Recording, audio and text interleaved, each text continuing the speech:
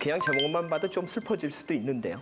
우리가 왜 그렇게 죽도록 하고 있는지에 대한 질문은 잘 하지 않아요. 자기가 원하는 대로 되지 않을 때 내가 뭘 안 했나? 내가 뭘 빼먹었나? 내가 뭘 더 해야 되나? 이런 생각을 하기 쉽지만 내가 뭐가 없고 내가 부족하고 뭘 못 이뤘을 때 그걸 너무 많이 했나? 아니야, 이걸 내가 너무 노력해서 그런가? 이건 좀 말이 안 되죠. 네. 노력했는데 왜 안 될까? 저는 우리 사회 전체로 본다면, 한국인 전체로 보면 너무 노력을 많이 하고 있는 게 문제가 아닐까에 대한 얘기를 좀 해보려고 합니다. 그러기 위해서는 약간 객관적인 데이터를 볼 필요가 있을 것 같아요. 예를 들어서 이런 자료들을 보면요. 이제 우리나라가 보통 보면 경제적으로 이제 수출 7위다. 무역 규모가 9위고요. 그다음에 무역 ICT라 그래서 이제 컴퓨터 관련된 전자정보 관련된 걸로는 흑자 규모가 세계 1위입니다. 그러니까 100몇십 개 주요 나라들이 있다 그래도 우리나라가 10위, 9위 정도 된다는 얘기는 굉장히 풍요로운 나라 중에 하나입니다. 전체적으로 보면 이제 어려운 사람이 없다는 얘기가 아니라 GDP는 11위 정도 하고요. 1인당 GDP 29위 정도 됩니다. 그래서 1인당 소득이 보통 28,000달러 정도 됩니다. 적은 돈이 아닙니다. 저 돈이 뭐 모든 사람한테 다 똑같이 28,000달러씩 들어가고 있지는 않지만 평균적으로 보면 많은 국민들한테 상당히 그래도 경제적인 규모의 소득이 있다라는 거를 분명히 얘기해주고 있는 겁니다. 반대로 똑같은 나라에서 희한한 자료가 존재합니다. 출산율이 35위, OECD 국가 중에 꼴찌입니다. 이게 전 세계에 160몇 개국 조사할 수 있는 나라들로 치면은 끝에서 세 번째, 네 번째 이렇습니다. 그 정도예요? 예, 애 거의 안 낳습니다. 빨리 낳을게요. 네? 갑자기 찔려서 빨리 낳을게요. 최선을 다해 주시죠. 삶의 질은 뭐 OECD 국가 중에서 굉장히 낮죠. 그다음에 사회적 갈등 지수는 상당히 높아요. 안 좋은 거잖아요. 그렇죠. 예. 안 좋은 건 다 높아요. 뭐 예를 들어 자살률 1위가 신절도 1위. 신절도가 친절도도 OECD 국가 중에서는 하위권입니다. 우리나라는 우리나라 사람들이 굉장히 친절하다고 생각할지 모르지만 실제로 그렇게 느끼진 않는 모양이에요. 그래서 이제 얘기가 나오는 게 이제 헬조선이다, 불반도다, 뭐 7포 세대다 이런 얘기들을 우리나라에서 너무나 많이 하고 있는데 어떻게 이 두 개가 같이 있을까라는 생각을 한번 해봐야 될 것 같아요. 이 왼쪽의 거를 만든 사람은 따로 있고 이 오른쪽 거를 만든 사람은 따로 있느냐는 거예요. 그게 아니라는 거예요. 대한민국에서 이 두 개를 다 만들어내고 있다는 얘기는요.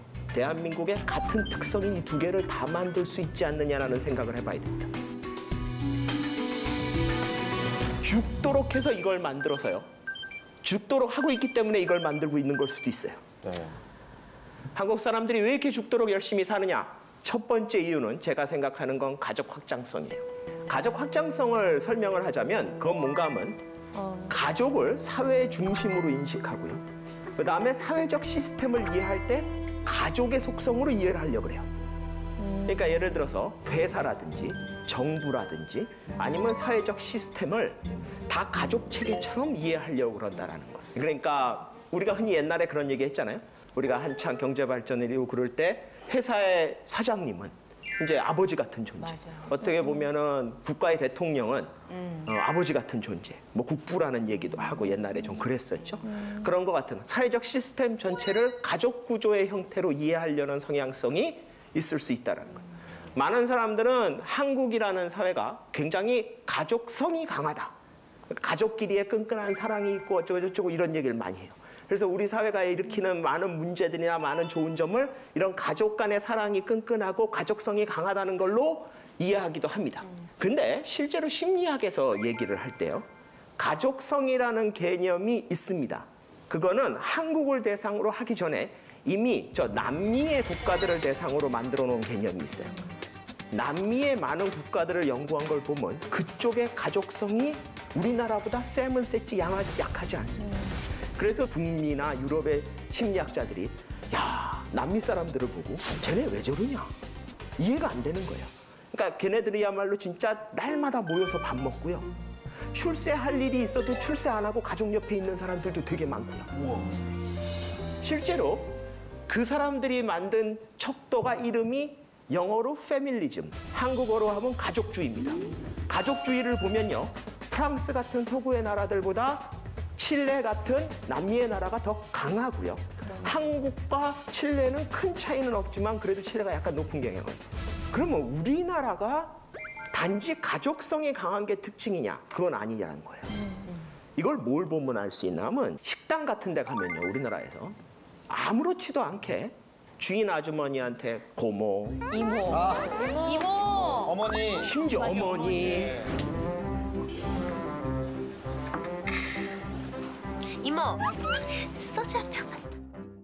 뭐 이해가 안 될 수도 있어요. 다 외국 사람들이 보면. 그렇지만 그렇겠네요. 저희 네. 남편도 이런 생각은 못했어요. 아니, 니네 엄마야? 한번 저희 남편 진짜 그래서 우리 엄마야. 외국 이제 교포인데 이제 그렇군요. 그건 사실 이게 말이 되는 게 저희는 아무렇지도 않게 그 얘기를 하지만 제 제자 중에 칠레에서 온 제자가 있어요. 그 제자한테 이 얘기를 했더니 제자가 뭐 간혹 뭐 고모 이모처럼 약간 친척에 해당하는 용어를 뭐 쓰는 경우도 있지만 엄마라는 용어는 절대 자기 친엄마 외에는 안 쓴대요. 우리는 친구 어머니한테도 어머니 뭐 이러잖아요. 걔는 그런 거 안 쓴대요. 왜냐? 그러면은 자기 친엄마가 섭섭해할 거라는 거예요. 세상에. 가족성이 강하다는 얘기 뭔가 하면 가족이 배타적이라는 얘기예요. 그러니까 어떻게 보면 진정한 가족성 그 자체로 보면 남미의 가족성이 맞아요. 근데 우리나라는 아무나 보면은 고모, 이모, 그러니까 특히 여성분들끼리 친구끼리 이렇게 해가지고 친한 친구면은 아이한테 이모라고 부르라고. 맞아요. 이모야, 이모. 네. 그러면 어떤 애가 이렇게 어린애가 아무것도 모르니까 내 이모 아닌데 이러면은 또 굉장히 섭섭하고 또 그 아이의 엄마는 미안하다는 듯이 아 얘가 왜 이래 오늘따라 왜 엄마 말을 안 듣고 이모라니까 막 이러고 집에 가서 벌 쓰고 이모 따라해 뭐 이런 거 하고 뭐 아니 왜 이모예요? 이모 아니잖아요. 그런데도 너무나도 쉽게 그런 용어를 범용해서 쓸 수 있다라는 거예요. 그만큼 우리나라의 가족성이라는 거는 단지 가족한테 한정되는 개념이 아니에요. 그러면 이걸 어떻게 볼 수 있냐? 가족 확장성의 개념으로 보면요. 사회적 시스템이 나한테 가족 같아야 된다. 예를 들어서 나를 친밀하게 알아줘야 된다. 나한테 잘해줘야 된다. 나를 해를 끼치면 안 된다. 내가 필요할 때 도움을 줘야 된다. 이런 걸로 가족 확장성이라는 개념을 만들어서 물어보면 우리나라만 월등하게 높습니다. 칠레하고 프랑스는 비슷해져요, 갑자기. 왜 그러냐? 칠레하고 다르게 가장 근본적인 역사적인 원인은 아마 유교적인 사상 때문에 그래요. 유교의 기본적인 개념이 사회 전체를 일종의 가족의 시스템으로 이해하도록 만드는 약간 그런 경향성이 있습니다. 그래서 가장 대표적인 게 뭐냐? 군사부일체. 김상중 씨는 옛날에 두사부일체라는 드라마에 그때 두목 역할을 하셨죠. 그랬었었죠. 예. 네. 그때 이제 부모와 스승과 그때 아마 부모과 스승과 어머니는 하나다. 하나다. 우리가 흔히 이건 하나다 이렇게 해석을 하는데 이건 잘못된 해석이에요. 왜냐하면 아이가 태어날 때 스승의 개념을 알겠어요? 임금의 개념을 알겠어요? 아이들이 제일 먼저 깨달는 것 중에 하나가 뭐예요? 엄마와 아빠의 개념이에요. 그래서 군사부일체라는 건 임금과 스승과 아비가 하나다라는 개념이 아니라 임금과 스승을 아비처럼 대하란 얘기가 되는 거예요. 실질적으로 받아들이는 사람 입장에서. 이런 개념이라는 게 결국 우리 사회 전체에서 역사적으로 보면은 국가나 사회나 어떤 회사나 이런 모든 사회적 시스템이 이런 가족의 시스템으로 이해하기 굉장히 좋게 만들어져 있다는 거예요. 그래서 우리나라에서 간혹 가다가 군대 같은 데서 사고가 납니다. 뭐 폭발 사고도 나고 총기 사고도 나고 때로는 자살도 하고. 근데 우리 사회가 군대에서 무슨 사고가 나면 굉장히 격하게 반응합니다. 왜냐하면 군대에 물론 의무긴 하지만 2년 동안 의무로 그냥 가 있는 직업이 아니에요. 일종의 큰아버지한테 맡긴 거예요. 근데 사고가 나면 어떻게 돼요? 큰아버지 집에 맡겼을 때 사고가 나면 모르는데 맡긴 거하고 또 달라요. 여러분들 생각해 보세요. 조카를 큰아버지가 맡고 있었어요. 근데 우연히 조카가 사고를 당했어요. 그러면 장례식장 같은데 큰아버지가 나타나서 뭐라고 얘기해야 돼요? 내가 죽일 놈이다. 만약에 그렇게 안 하고 이건 말이야 우리 잘잘못을 한번 따져보자. 나는 몰랐어. 걔가 그러다 그냥 그런 거야. 그러니까 나한테 뭐라 그래. 안타까운 일이지. 뭐 이렇게 얘기하면 여러분들 그때부터 의심하기 시작해요. 뭔가 큰아버지가 뭘 한 것 같은데 이러기 시작하는 거예요. 큰아버지는 어떻게 해야 돼요? 나타나자마자 내가 죽일 놈이다. 내가 죽었어야 되는데 날 죽여라. 막 그래. 왜냐? 큰아버지잖아요. 큰아버지는 조카가 죽었는데 와가지고 잘잘못 따지고 내 잘못 없다 이딴 얘기하면 안 돼요. 자기 잘못을 그렇게 시비를 가릴 만한 입장이 아닌 거예요. 우리가 그렇게 받아들이질 않아요. 우리가 정부에 맡길 때는요. 이게 잘됐다 잘못됐다가 아니에요. 제가 가끔가다 그런 얘기를 들어요. 그렇게 국가나 이런 데서 군대를 가거나 해서 사고가 났을 때 거기에 슬퍼하고 하는 거에 동참하는 사람들도 있고 어떤 사람들은 그걸 비난하기도 해요. 왜냐하면 왜 너 저거 좀 비이성적인 거 아니냐, 비합리적이지 않냐, 왜 이렇게 떼쓰고 자빠지고 그러냐. 근데 그거는 잘되고 잘못된 게 아니에요. 많은 리더들이 그런 얘기를 하는 경향이 있는데 절대 그렇게 얘기하면 안 되는 게 우리 한국 사람들이 그런 가족 확장성이 없었다면 그 사람들은 리더로 뽑히지도 않았어요. 대한민국의 수많은 리더들이 누리고 있는 거는요. 사실 서양에 있는 리더들이 누리는 것보다 많아요.